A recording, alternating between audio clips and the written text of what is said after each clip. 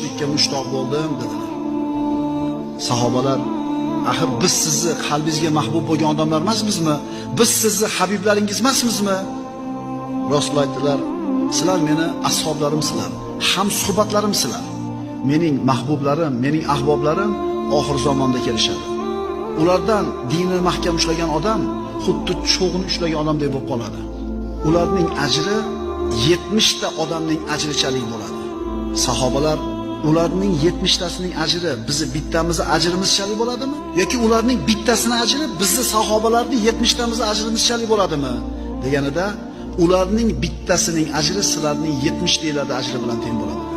Nimaga deb so'rash sahobalar. Aytdilarki, chunki sizlar haqning ustida yordamchilar bor. Men turibman sizlarga yordamchi bo'lib haqning ustida.